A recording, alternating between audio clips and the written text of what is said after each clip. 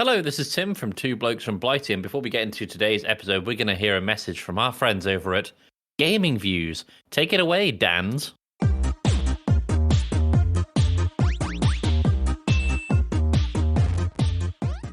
Welcome to the trailer for Gaming Views. Think of it as the demo level before the real action kicks off. We're Dan, and every week we're bringing hot takes, breaking news, deep dives, and everything gaming related. From the biggest headlines to retro classics, hardware breakdowns, and inside scoops on developers, we cover it all. So level up your gaming knowledge, subscribe to Gaming Views wherever you get your podcasts, and don't miss out. Thanks, Dan. And I've got to say, Tim, their episodes come out on Tuesdays now, I believe. Oh, they're all really good. They're really fun. Really, really good. Good stuff. Check out Gaming Views.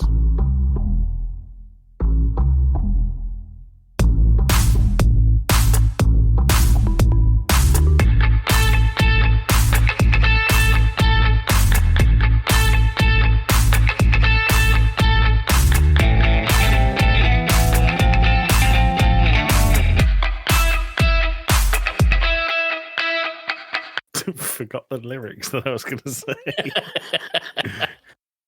Hold on. I've got the song. You'll know it as soon as I say it. Okay. You ready? Mm-hmm. I'm not saying it was your fault, although you could have done more. Oh, you're so naive, yet so. This is Joey from Two Blokes from Blighty. I'm joined by my co-host, Tim. Hello, it's me. Hi. It's me, Tim. Tim, how you doing? I'm good. How are you? I'm good. I don't know why. I've really got on a bit of a Kooks kick. I didn't like the Kooks that much when they were popular. But I listened to a podcast where they were being interviewed, and I was like, I want to listen to the Kooks' first album. And now that's what I'm doing. I found myself listening to the Pigeon Detectives earlier today.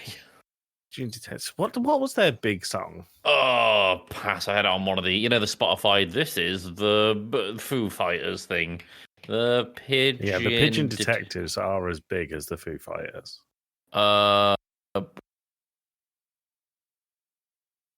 Best song done. Take Her Back. Everybody Wants Me. I Found Out. I Know I Love You. This is an Emergency. Falling to Pieces. I don't recognize any of these song names, but I've definitely heard the Pigeon Detectives before. Oh, it's Pigeon Detectives. Going out with, who's she going out with? Da, da, da, da, da, da, da. I didn't hear that one today. Oh, okay, fair enough. Yeah. Well, fuck you, Tim. That's it. That's Two Blokes from Blighty this week. Bye. Let's not do that again. Tim, we always start off with the same thing. Let's do our pub quiz question. Pub quiz question of the week. Not a jingle. That's a sound effect at best. What we have there is a fucking jingle, Tim. Pub quiz of the week. We have several questions, and we're going to keep going until Joey can't get one. That's how it works. But thanks. Sweet. Do you know, I realised you changed it from pub quiz question to pub quiz because we now do more than one question. And it's taken me until the last episode to realise that is the case. All right, Joey, number one, what major historical event took place on November 9th, 1989, leading to the reunification of Germany? The 1989? Yeah. Falling of the Berlin Wall. Damn right. Was it David Hasselhoff kicking it down? It was him specifically. Yeah, good. What year did the Titanic sink? Oh, I've no idea. 1914. You are close. I'm going to give you another guess. Oh, Tim, it's 19-something teen. 17. We're going to come back to the end of the episode. No, because this is one of the bullshit ones I'll be annoyed about. So it's one of the teens. I got it right. Come on. It's not one of the teens. 1921. No. 22. No. Is it in the 20s? No. 1901. No. 02, 03, 04, 05, 06, 07, 08, 09. One of them? No. 10. 1910. No. 11. No. Is this really what people are tuning in for? Are you Googling it? Yeah, because fuck you. Kind of avoids the point of the 1912. quiz. There it is. It's the 1 year you didn't say. I was right. All right, fine. What is the name of the historic document that was signed in 1215, limiting the power of the English monarchy? Was it the Treaty of? No, that's World War 1219. I was about to say, I thought you said World War 12 then. I mean, we are approaching that. Yeah, 1219. I don't know. All right, well, that's our question for the week. Thank you.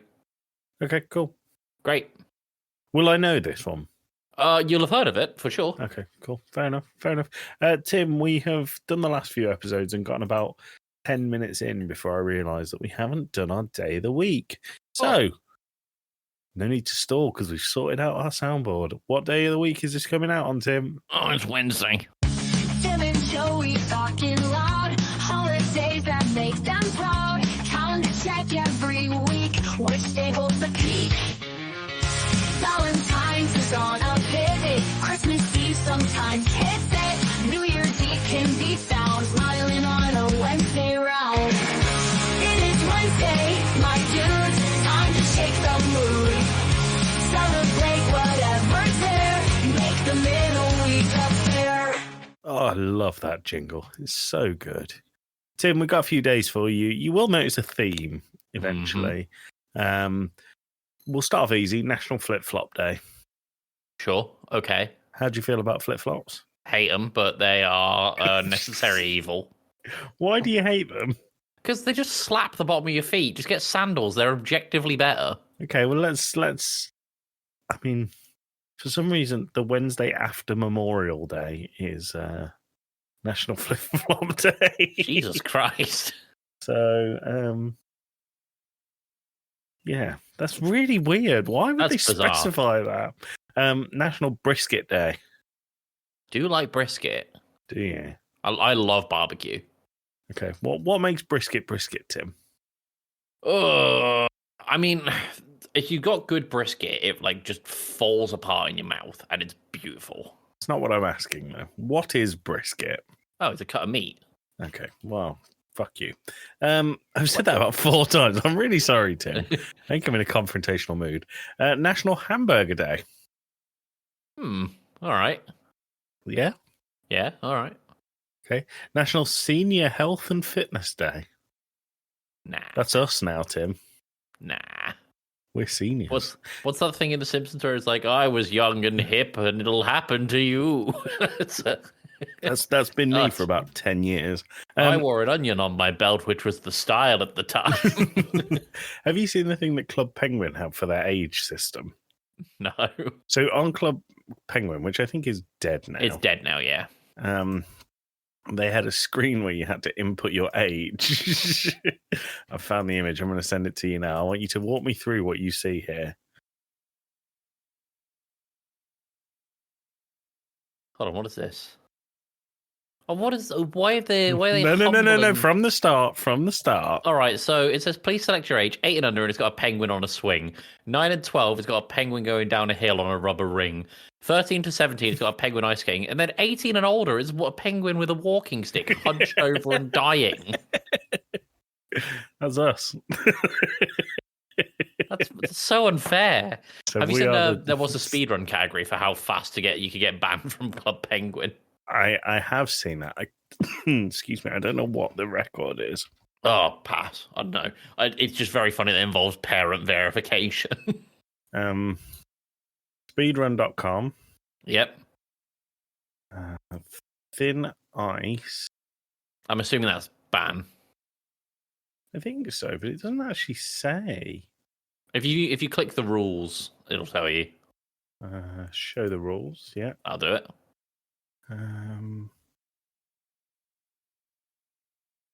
Category rules. Complete. No, it's a mini game called Thin Ice. The world record is 37 seconds. That's good. Oh, right? wait, no. Someone beat it 8 years ago. 33.83 seconds. 33 point. No, banned percent 37.1. What? It's hang on. I'm looking at a speed run here.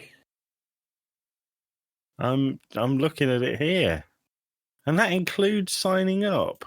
I'm going to find out how he did it. So I'm walking you through it as we go. We're logging in as DFHGFJ545. This is not the first time I think this person has done this.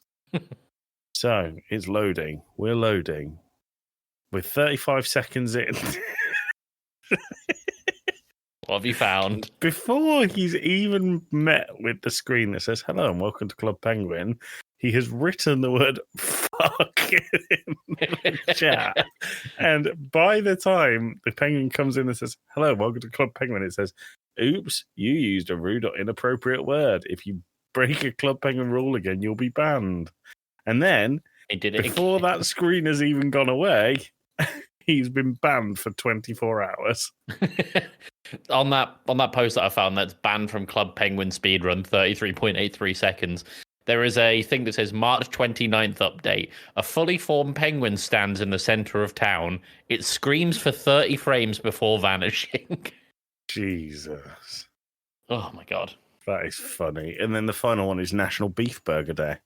How did we get on Club Penguin? Because I want it to be that one. Because that's National Senior Health and Fitness Day. We get there. What the fuck? Look at the chat. It's because we're 18 and over and we're hunched over with walking sticks.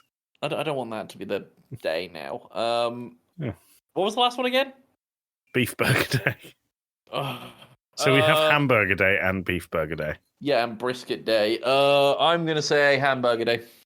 Nice. Look at the screen here. Oh, the one that you've chosen. Look how shit that hamburger looks. That is a pathetic hamburger. Look how good the beef burger one looks. It's a good-looking beef good burger. Crispy bacon. Audience, go and build a better hamburger than the one that's on nationaldaycalendar.com. That is terrible, isn't it? How to observe National Hamburger Day. Some creative choices you might want to try are blue cheese with the word blue spelt wrong. Blow. Coleslaw avocado on a burger. Avocado on a burger is fantastic. I'm so close to blocking you on everything I have.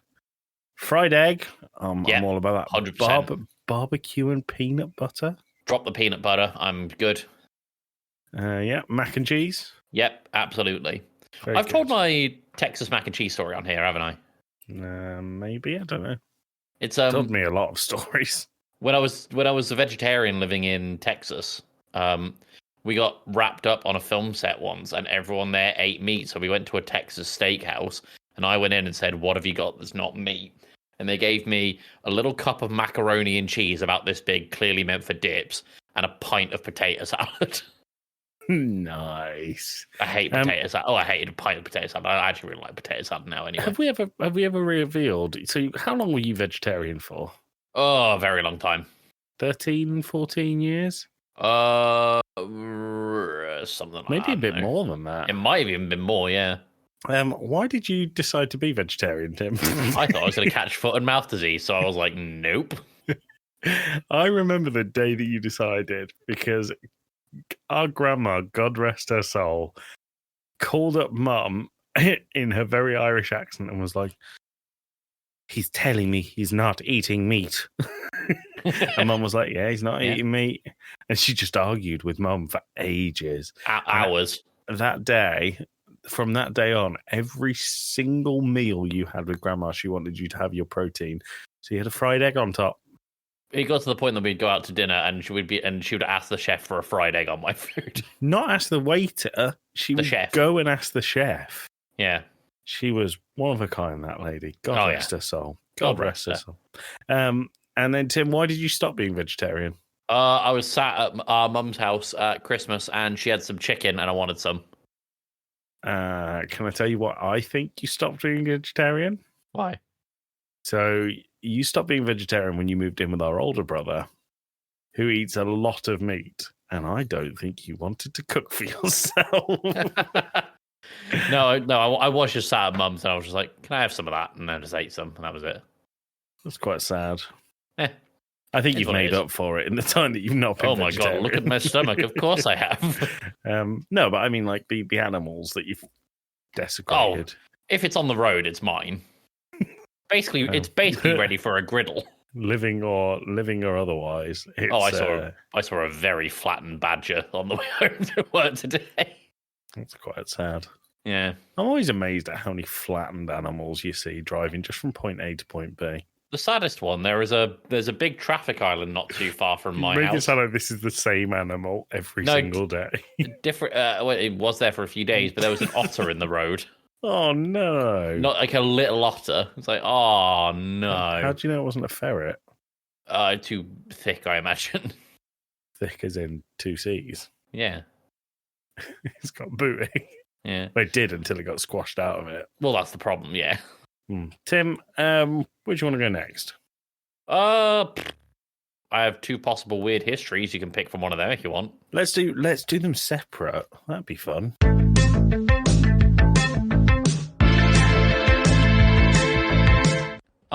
History. When you say do them separate, how do you mean? So we'll do one now. We'll do one in a bit. All right, cool. Let me. I forgot to get my weird history up on screen when I was talking about it. Cringe. You silly Billy. I'm going to give you the short one now. All right, and then we'll do the long one later on. Okay. 1948. People were building homes near McCall and Payette Lakes in Idaho, an area where beavers had lived for decades. This expansion caused the beavers to start causing damage to irrigation systems, orchids, farming efforts. Elmo Hetter. Elmo Hetter. Yeah. Of the Idaho Fish and Game, sought a solution for this conflict.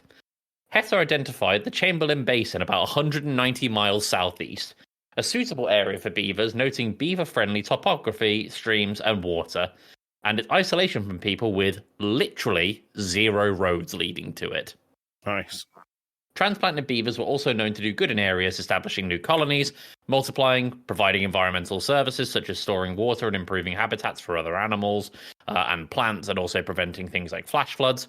Beavers are great. The Chamberlain Basin was also ideal because it had no human population nearby, so we're going to take the beavers and push them somewhere else. Oh, Cool? good. So, well, not cool, but I understand. Transporting beavers to the Chamberlain Basin, however, presented itself to be a bit of a challenge due to the lack of roads. So, Joey, I'm presenting you with this now. How are you moving beavers? Via the river. Via the you're going to put them on a boat or something in the river? No, just flip them upside down and let them go downstream. For but yeah, nearly some 200 miles. Some kind of boat, I think. All right, cool. Hetter's initial idea was to pack the beavers onto mules. What? It was his initial idea, but this proved to be too difficult as beavers disliked riding on mules, and mules became, quote, spooky and quarrelsome when struggling with odorous beavers. Nice. Beavers also required constant cooling and watering due to the transportation, noting that they could become belligerent, especially the older ones. Those belligerent beavers. These rough trips on the animals often resulted in many beaver deaths. Elmo then considered dropping the beavers from a plane using parachutes. What is this man's aversion to just beavers? Well, there's no roads, so we can't drive them there. This would utilize the surplus of parachutes left over from World War II and save money compared to hauling them by mule. His first idea was to place beavers in woven willow boxes attached to parachutes, expecting them to chew their way out upon landing, because that's what beavers do. However, beavers just began chewing through the boxes immediately, raising concerns they might escape during the drop or while on the airplane. Okay. Oh, I didn't mean to snort. That was horrible. Elmo developed a specially designed wooden travel box for beavers that would open upon impact. Yeah. He tested this box with an older male beaver that he nicknamed Geronimo. Poor Geronimo. He repeatedly was dropped on a landing field. Geronimo would pop out of the box each time and would be recaptured. Eventually, however, Geronimo would just crawl back into the box upon seeing its handlers approach. Well, yeah, I mean, I would.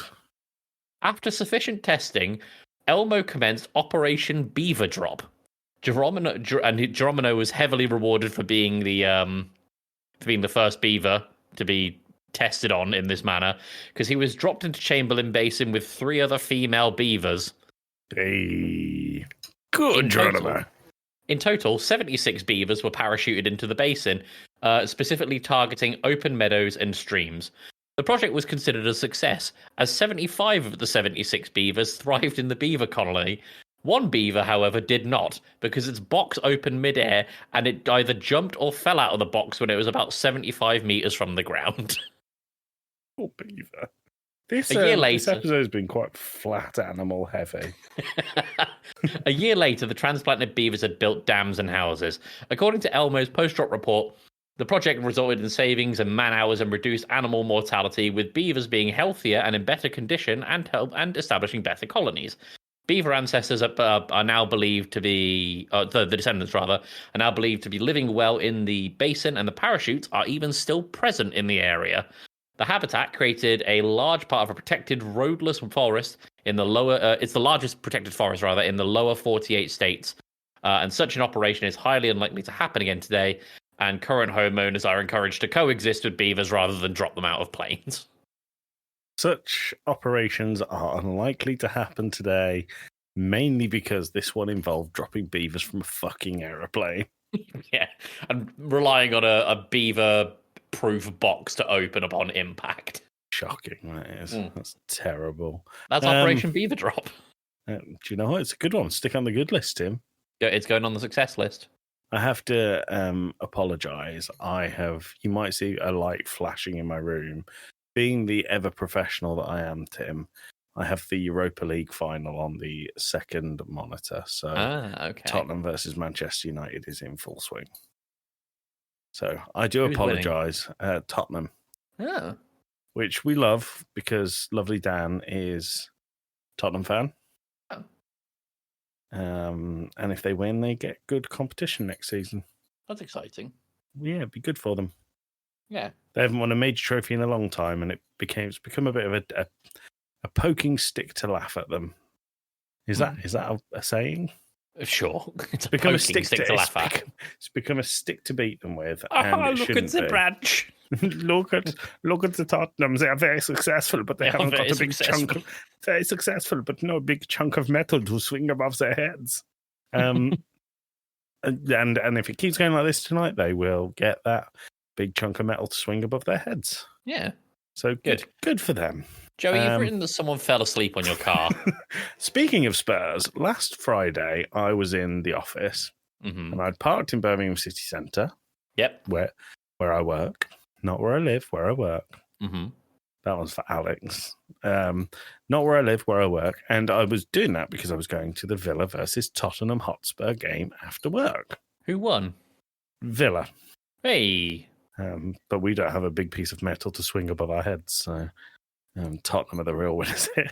Nuh-uh. So, are you saying nuh-uh because they're not the real winners? Correct. Up the Villa, is that what you're saying? Go Pack Go. Okay, you mean up the Villa, Tim? You have Pretty a Villa sure it's a hockey team or something, right? Tim, I'm really going to be upset with you. Do you still have your Villa shirt? Yeah, it's in the cupboard and not being worn because I've developed a gut. I bet you could squeeze into it. It would look like a tube of pastry. Go and get it. Do you want me to go and get it right now? I want you to go and wear it. I'm not going to wear it right now. Go on, wear it for me. No, it's fine. It's fine. Right, carry on with your story. So I got back to my car at about 4:30. In the afternoon. In the afternoon. And I was about to get into the car. And in the driver's side passenger door, not in, on, was a man. Sat down, asleep. What do you do in that situation, Tim? Wake him up and ask him to move. How would you do that? Get in the car and turn it on. How would you really do that? I don't know. I'd just give him a nudge. Would you? Yeah.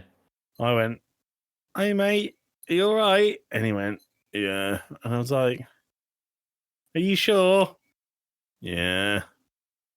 I went, so this is the bit where I realised that I am a beta male. I went, "I'm really sorry. I'm going to have to move the car. And he went, all right then. And he got up from being basically asleep while I was talking to him, basically asleep, got up, moved next to the tree that was next to my car, sat down, fell asleep again. He chose to sit. I don't know. Maybe he chose to sit and sleep on against my car rather than against the tree that would have given him lovely, lovely sunshade. But no, he slept against doot. I love the feeling of sheet metal on my back. I love the feeling of paint that peels as I sleep. My car's paint is really fucked. I put a nice scratch in the wheel on my car the other day. Did you? Was that? Yeah. Have you ever been in the Galleries car park in Bristol? No. For anyone who knows the Galleries car park in Bristol, that car park has got some very, very tight corners with some very, very high curbs. And I didn't take a corner sharp enough in there and put a nice crunch in my wheel. Did I tell you about when I reversed into a pillar in Manchester? I think you did, but I don't think it's come. I don't think it's been on the story. I think it might have been on the podcast. But I was working in Manchester, and then there's a car park I use that I'm not going to tell everyone about because it'll get famous and everyone will use it. But I use it because it's cheap and it's right in the centre. But when you're in there, if someone wants to get like past you, they just have to wait for you to park because it's quite tight. And I was like, okay, I'll be a second. Whoa, I'm trying to hurry. I was quite tired. And I just reversed straight into a pillar. It wasn't even a little one, just a fucking massive pillar. How bad was the damage? Not that bad. A little dent in the car. And I texted Jenny and just said, I'm really sorry. I've reversed into a pillar. And her response? Go on. It's not like the back of the car isn't fucked anyway. Oh, yep. All right. In for a penny. Yeah. No, it's good. It's good. I'd rather it be that way. Yeah, so that was it. The man was asleep against my car. And I apologized to him. All right. I mean, you did take away his resting spot. I did. And just for Josh from Talking Smack, I didn't envisage having to do that on a Friday. So, yeah. He didn't know the word envisaged, Tim. Oh, they called it a fancy English thing. Fancy English language. Envisage. You've heard the word envisage, right? Yeah, it's like to picture something. Yeah. That's it. Because you're envisioning something. Yeah. Just like I envisage going to the joke section next. Good segue, I think. You.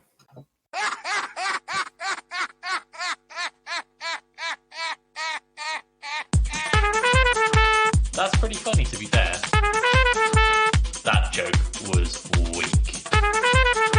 I misread that as that's the joke of the week.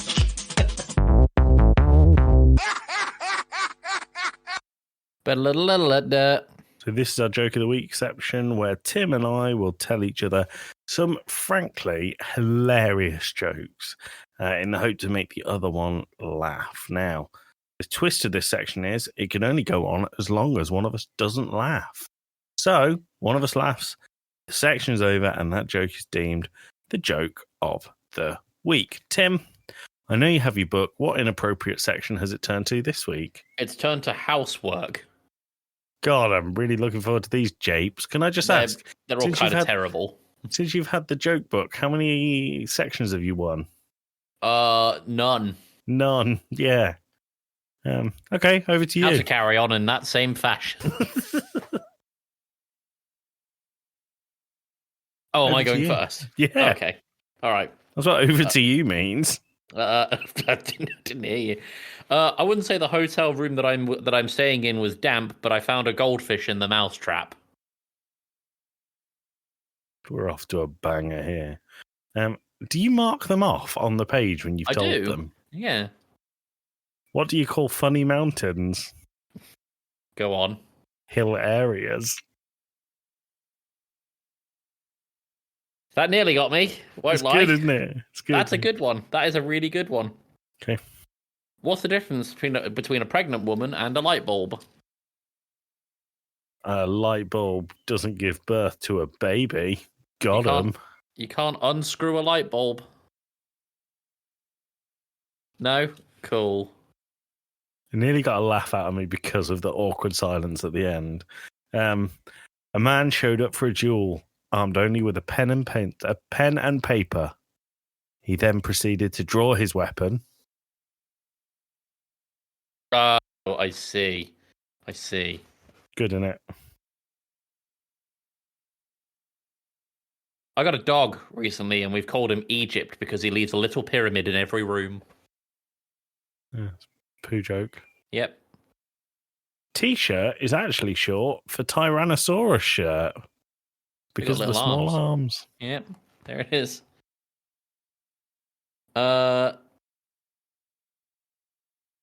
Wait. Oh, no, hang on. I'm struggling to find. Tim, you have a whole book. Just tell them. How does Michael Jackson pick his nose? Don't know. From the catalogue. Very good. I was thinking of something that says hee in it. Yeah. The elderly woman in church turned to her husband and said, "I've just done a silent fart. What do I do?" And he said, "Change the batteries in your hearing aid, love." Brilliant.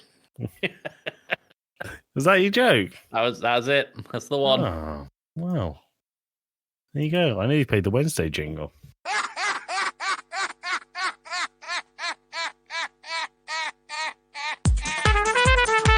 That's pretty funny, to be fair.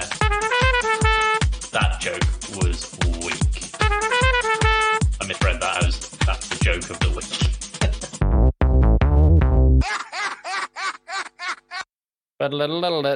Joey, what was the joke of the week?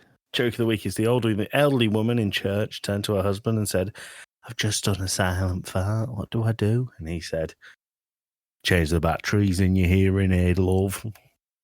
Because it was a loud fart, not a It was, yeah. It ripped ass. I've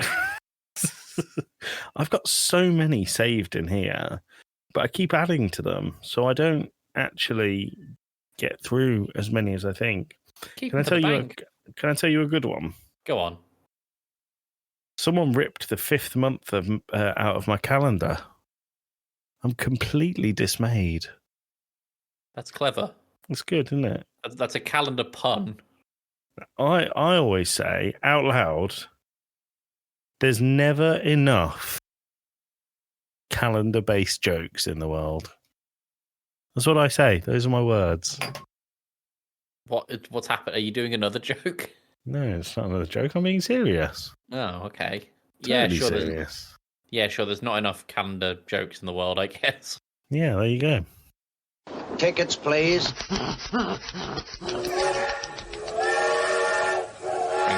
Classic.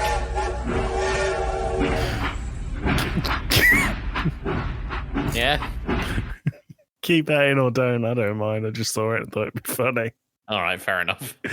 Tim, what do you want to do now? Do you want to talk about your Italian gesticulations? Oh, I got rid of that because it's not going to work over an audio format.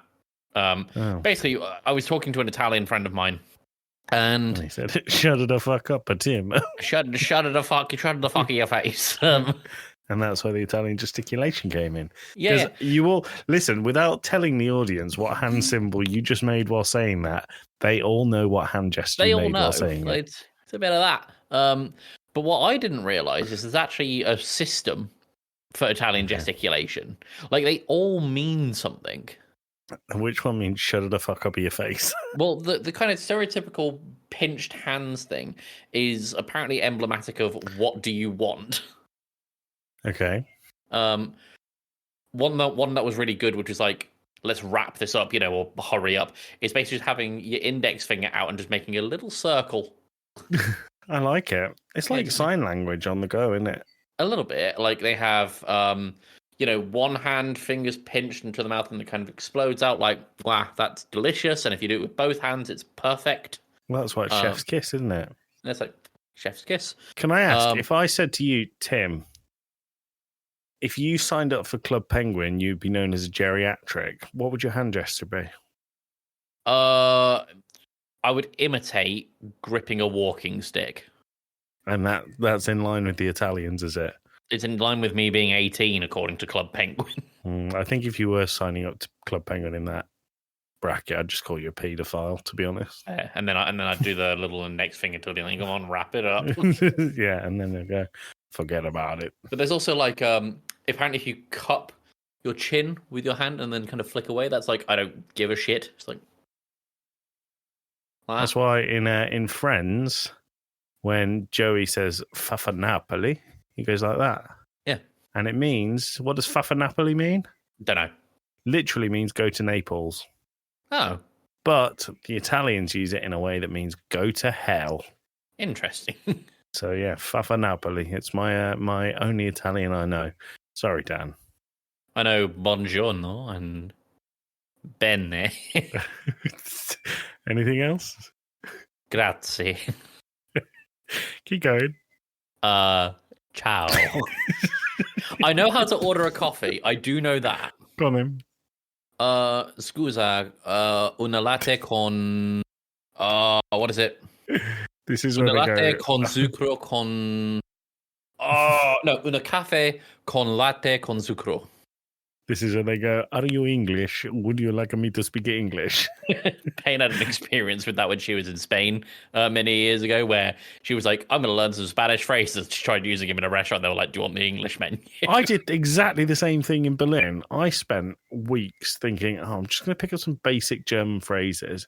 And we went to, I can't remember where we were, but I was trying to order something and I was going really slowly. And they went, would it be easier if I spoke English? I was like, what the fuck was the point? Yeah. How dare you make things so bloody convenient for me that I can leave my country and still speak my language? When I was in Japan, we went to this drinks place and I ordered something called an Ichigo smoothie, but I said Ichigo strawberry, which means strawberry. And the guy was like, "Do you mean a strawberry smoothie?" I was like, "Yes, thank you." Was that in Tokyo? That was in Tokyo, yeah. Where they all speak English. Well, here's the thing. So, Tokyo, most places will speak English at least a little bit. If you go to the Kansai region, so like Kyoto, Osaka, Kobe, that sort of thing, no, not happening. You need to speak Japanese there. It's the same what I was saying with Germany, Berlin, because it's so touristy. They're all just like, yeah, we'll speak English. Fine, yeah. It's much easier than hearing them butcher our language. Right, Tim, we've got another weird history. Oh, yeah. And is there anything else you want to talk about? Have we done all of our regular sections? Yeah.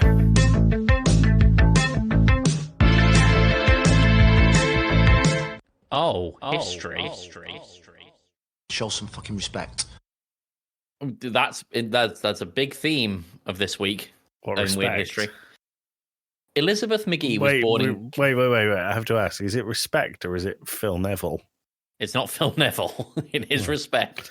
I wish it was Philip Neville. Elizabeth McGee was born in Canton, Illinois in 1866, shortly after the Civil War ended. Her father, James McGee, was a newspaper publicist and abolitionist who fought in the war and traveled with Abraham Lincoln during his debate tour with Stephen Douglas. Nice. Pretty cool. James From is the also Illinois area. From the Illinois area. Okay.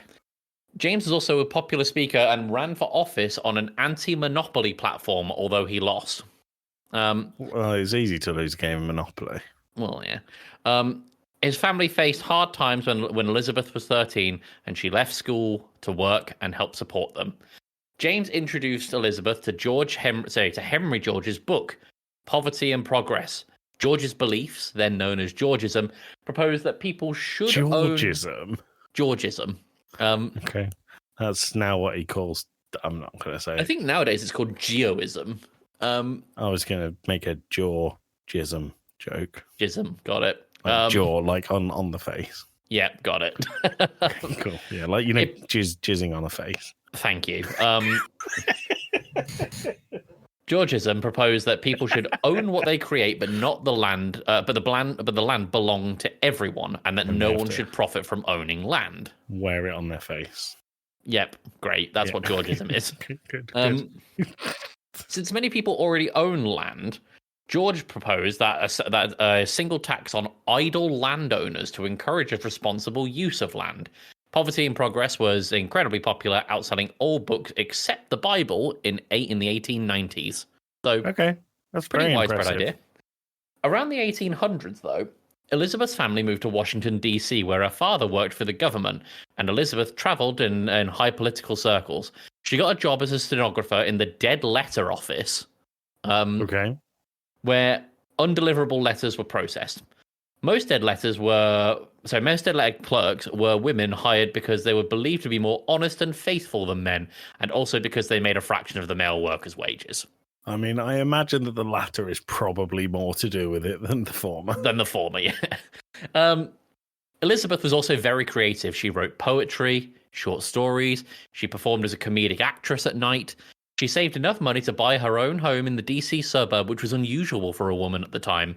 She At the age of also amassed a collection of letters that no one could explain. She used them as wallpaper.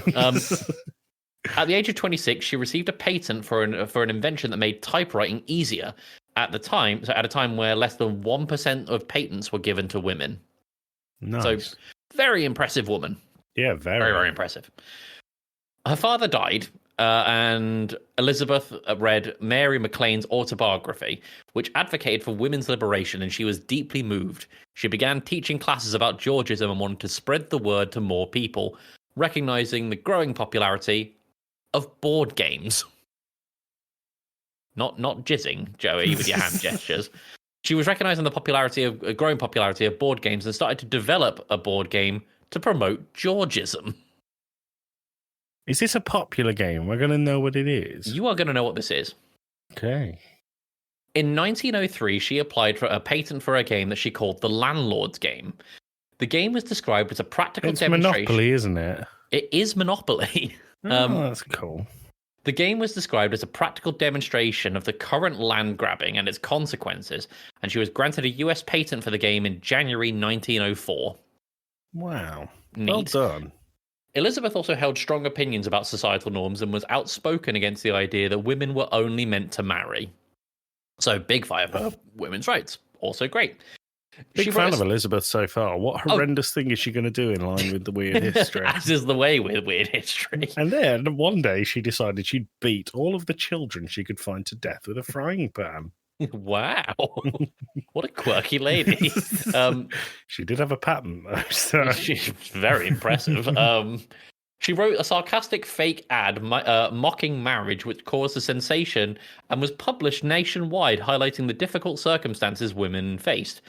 Offers included marriage proposals and strange propositions, poured in desperate the ad's clear intent. Oh, I see. So essentially, she was like making a mockery of like the sanctity of marriage and strange proposals and stuff like that. Upton Sinclair, an advocate for Georgism, understood her message and offered her a writing assignment. In 1906, Elizabeth was hired to write for a newspaper where she aimed to highlight the subordinate position of women in society. She criticized figures like John D. Rockefeller, calling him a slave owner and blaming voters for empowering the wealthy. She described marriage as a germ like a disease and valued her solitude. Okay, Elizabeth McGee wrote a paper called A Graphic Depiction of Hell by Someone Who's Actually in It. Wow. Great title. She described the hardships that she faced because she was self-sustaining. McGee wrote that it was hell to have a superior education and to work and obey the command of ignorance. This was her way of expressing that the bosses were terrible and that the women and being a woman forced her into a position of subordination by idiots based solely on her gender, meaning that she could never advance in a job above morons, and she found this experience to be hell. Okay, cool. Very educated lady. Yeah, and not afraid to speak it, which is awesome. Despite her views on marriage, Elizabeth actually ended up marrying Albert Phillips in 1910 when she was 44, and this was considered unusual for a woman her age at the time. Her husband had previously published a magazine called Climax, which featured photos of women with exposed arms and knees. Oh, don't show me them now. I'd have to stop the recording. He was arrested for using the mail for fraudulent ads. Elizabeth began giving lectures on feminism, describing the press as using women's graphic language. Okay. Going back to board games, though. Board games became very popular with middle-class families, and Elizabeth still had her game idea. She published the Landlord's Game through the Economic Game Company, of which she was part owner. The game was circular paths, split and spaces like a poorhouse, public park, and jail, incorporating symbolism related to Henry George's ideas from Georgism. And also had streets and landmarks for sale, and a go-to-jail spot. So this is Monopoly. I get it. Yeah, it all fits together. Later, oh wait, no, hang on, I've missed a paragraph here. Crucially, the Landlord's Game had two sets of rules. Prosperity rules, where all players benefited when a property was bought, representing Georgism. So essentially, if someone bought a house or something, everyone got like $10 or whatever. Okay. Sure. And there's monopolist rules, where players collected rent and the winner was the one who bankrupted the others, demonstrating the negative aspects of capitalism. Elizabeth intended for these two versions to help people understand why monopolies and land ownerships were harmful. However, the game initially did not make any significant impact. How little did they know? Later, love Monopoly. Monopoly's fantastic. Later, under the name... people that hate it. Sorry, Tim. Oh, no, it's fine, it's fine. Later, under the name Brer Fox and Rabbit, the Landlord's Game was published in Scotland in 1913, and this version included a space where bankrupt players could go to land that was free and work to pay off debts. Okay. That's an unusual rule. However, in America, Georgism became associated with communism and was seen as un-American, causing it to fade into obscurity. Karl Marx considered Georgism utterly backwards and an attempt to save capitalism. So the communists think it's backwards and the capitalists think it's backwards. Okay, cool. The game spread, though, through homemade copies. And despite Georgism's decline, Elizabeth filed to update her patent for the Landlord's Game in 1923, adding Chicago-based spaces, so our boy Josh can buy stuff. Although her voice on talking Georgism... smack for $200, forget about it. That's priceless. Are you kidding? Although her voice on Georgism had diminished, the Landlord's Game continued to spread on its own, and it became very popular with left-wing intellectuals, on college campuses like Harvard and Columbia, and it was played by individuals who have become influential in government and civil liberties. So it was teaching people about capitalism, and they went on to become politicians and stuff. Weird. Really weird. The game continued to spread through handmade copies, with players making individual tweaks to the rules. These homemade boards often lacked instructions, and Elizabeth likely received 0 credit for this game. One version, found in a frat house in Williams College in 1927, was called the Monopoly Game. This version focused on screwing over friends and acquiring everything. So literally the opposite of what Elizabeth wanted it to be. Yeah, but she did have the Monopoly rules, which... But she did have the patent, so... She also had the patent. Making fucking bank. During the Great Depression, one of the frat members, unemployed, began making and selling his version of the game, which included printed money and miniature houses. An attorney friend advised him to call it Finance instead of Monopoly, because that name was already in informal use. With the help of a friend, sales were good.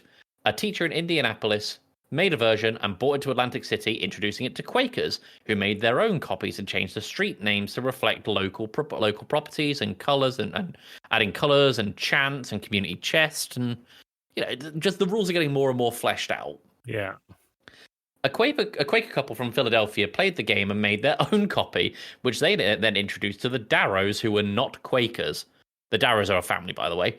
Okay. Charles Darrow, who was unemployed, got written rules from the Todds and began to sell the game, incorporating illustrations from a cartoonist friend.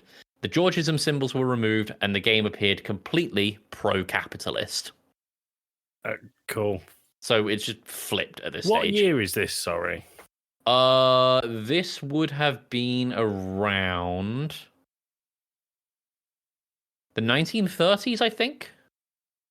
Okay, so is Elizabeth still in the picture? Because it was 1904 she got a patent. Yeah, so she's still around at this point, I think. Okay, cool. Where'd I get to? Oh, yes. Darrow submitted their game, now called Monopoly, to the Milton, Brady, and Parker brothers, who initially turned it down. However, after the wife of a new Parker Brothers employee played the game and enthusiastically recommended it, the Parker brothers, in financial trouble, decided to buy it from Darrow for $7,000 plus residuals. Monopoly became a massive hit, sweeping the country and generating millions in profits, saving the Parker brothers. And people played it during the Great Depression to escape. Very Neat. cool. Despite the official release, bootleg versions of Monopoly were still being circulated. Parker Brothers faced lawsuits over other popular games like Tiddlywinks and Ping Pong, which were deemed public domain. However, they wanted to secure the rights to Monopoly, so they sought to confirm that Darrow was the inventor. Darrow provided a detailed but fabricated history of its invention. Oh, Darrow. Darrow's a bit of a bastard. There's always a bastard in weird history. However, another game publisher knew of an original trading game in 1902. Parker Brothers investigated and learned that Darrow had commandeered the name and his version was originally called Finance. Despite this, Darrow and the Parker Brothers filed a patent on Monopoly and in August 1935 and received it with an unusually quick turnaround, while Elizabeth McGee's patents were ignored throughout this whole process. I thought that was the point in a patent. You are correct. They just ignored it, though. Oh. The Parker Brothers it's the 30s, so fuck women and what they want. Am I right? The Parker Not Brothers something I ever thought I'd say on a podcast, if I'm honest. No. Not aligned with our true views here, Tim. Should make that painfully clear. The Parker Brothers then bought Finance from its makers and paid off a man in Texas who was selling a similar game called Inflation and then countersued them, claiming Monopoly had existed for years. They were also approached by two brothers from the fraternity from before who had their own version, buying their stock. Thinking they had secured the rights, George Parker visited Elizabeth McGee in November 1935. Parker told Elizabeth they'd found a copy of the Landlord's Game and wanted to buy it, claiming to appreciate it as a game despite disagreeing with the politics.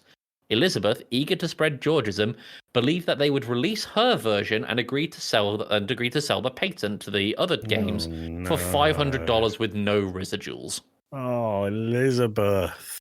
She wrote a letter to Parker expressing her hope that the game would fulfill her original mission.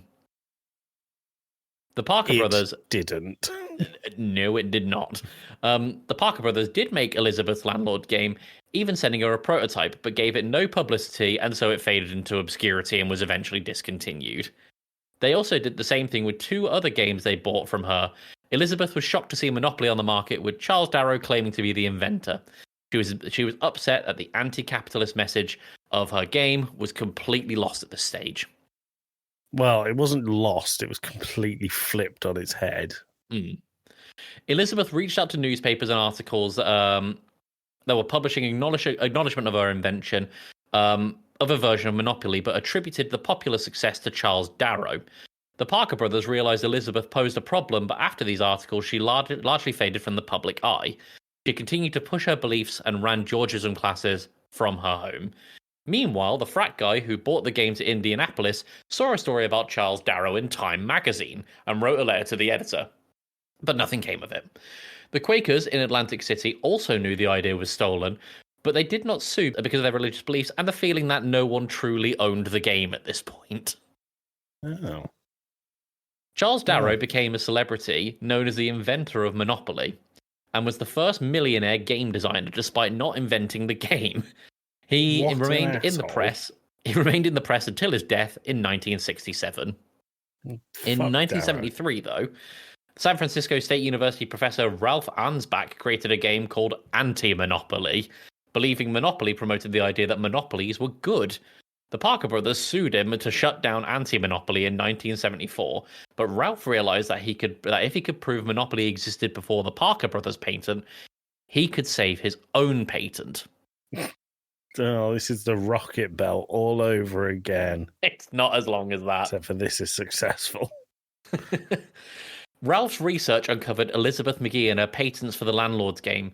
He also found people who played earlier versions of the game, including the frat guy and the Quakers, many of whom still had the old boards. He noted that Elizabeth's game was way more similar to his anti-Monopoly game than the Parker Brothers Monopoly game. After 2 years, the Parker brothers offered to settle with Ralph, offering him an executive position and $500,000. He refused, prioritizing the spread of his political message. The case continued for years, with the Parker brothers admitting that Darrow didn't invent the game, but claiming that he'd bought up all the competition as part of the business. Quote, "That's how business works." That's how Monopoly works. It's a real life game of Monopoly. Just while you've been saying this, I've gone onto Tabletop Simulator on Steam, and you can play the Landlord's game, which cool. is quite fun. The board looks great. The Parker brothers initially won their case, and Ralph was ordered to destroy all copies of Anti-Monopoly. The Parker brothers even publicly buried 40,000 copies in a landfill in Minnesota in front of a, quote, army of journalists and media outlets. Right next to those copies of E.T. for the Atari.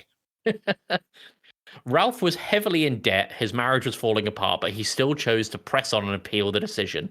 And 3 years later, he attempted to recover the games from the landfill. However, the land had been sold and flats were built on top of it. Like a fucking Monopoly. It is like a Monopoly. He lost another appeal, and finally, in 1982, the U.S. Court of Appeals, ruled against the Parker brothers, invalidating the Monopoly trademark and stating that Darrow was clearly not the inventor. The Parker brothers were then ordered to pay the entirety of Ralph's legal bills. What? Parker brothers then appealed to the Supreme Court. But the Supreme Court... the Rocket Belt. I hate the Rocket Belt people. But the Supreme Court passed on the case. Ralph had won, allowing him to make his anti-Monopoly game and bringing up the true origin of Monopoly into the light of the court. The source suggests that without Ralph's fight, Elizabeth McGee's story would have remained unknown. Elizabeth McGee actually died in relative obscurity in 1948, and it's been difficult to find an obituary for her because she had her name changed to Elizabeth Phillips. One of her last jobs was as a typist for the U.S. Office of Education, where she talked about inventing games and teaching Georgism with her colleagues. She witnessed the immense popularity of Monopoly, a game derived from her own invention meant to expose the evils of capitalism, become a bestseller with zero mention of her creation. Her grave reportedly also has no mention of the game she made. I mean, it'd be weird to put inventor of obscure game landlord that you've never heard of, but it might be connected to Monopoly on her gravestone. There's a link. That's weird also history. She spent quite a lot of time in her early stories talking about how much she fucking hated marriage, and I'm guessing she changed her name to Phillips through marriage. Yeah. So she got married to an Albert Phillips. She said it was hell. Yeah. Oh. Her experience as an educated woman being forced to work under idiots and morons just because of her gender, not allowing to succeed in her role, that's hell.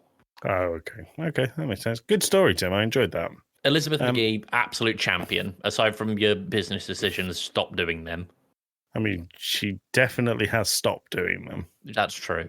Because she's dead. She is very dead. Right, Tim. Yeah. We said this would be a quick one, and it's turned out that we've already gone for an hour. So let's do our pub quiz, and then let's get the fudge out of here. I've got to find the pub quiz question. There it is. What's the name of the historic document signed in 1215 limiting the power of the English monarchy? The law. It's not the law. I'm going to give you 2 more guesses. I have no idea, Tim. It's the Magna Carta. Oh, I did know that. What an idiot. Yeah, I did. What an idiot.